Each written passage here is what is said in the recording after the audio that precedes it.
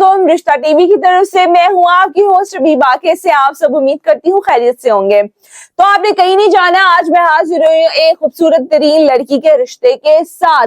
तो क्या करना है, आपने वीडियो को एंड तक लाजमी देखना है, ज्यादा से ज्यादा लोग के साथ शेयर करना है और हमारे टिकटॉक या फेसबुक या यूट्यूब के चैनल को भी लाजमी सब्सक्राइब करना है ताकि आने वाली हर वीडियो का नोटिफिकेशन आपको बर वक्त मिल सके। चलिए बढ़ते हैं आज के रिश्ते की तरफ। ये रिश्ता एक लड़की का है जिसका कोड नंबर है 803। इस लड़की की उम्र 25 साल है। इनकी जात एवान है।